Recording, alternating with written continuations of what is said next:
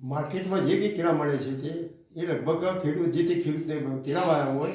એ ખેતર ઉપરથી છે ને જે તે વેપારીઓ પોતાના માણસો લઈને આવે છે અને એક ડ્રમ હોય છે, ડ્રમની અંદર કેમિકલ હોય છે,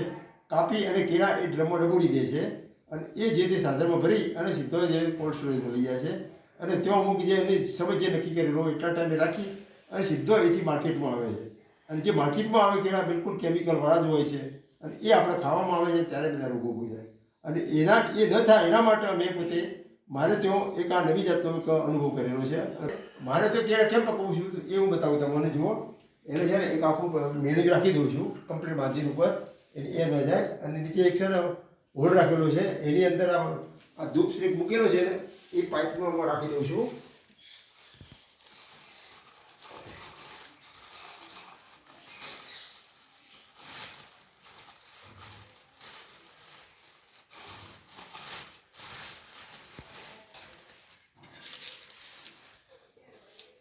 આ ધૂપ કમ્પ્લીટ છે ને એની અંદર આવી જાય છે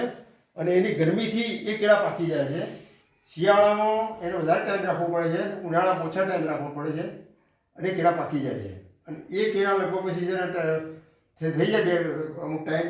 એને કાપી અને સીધા રાખી દઈએ અને ઓટોમેટિક 4-5-6 દિવસે પાકી જ જાય છે અને ટેસ્ટ પણ જુદો જ હોય છે.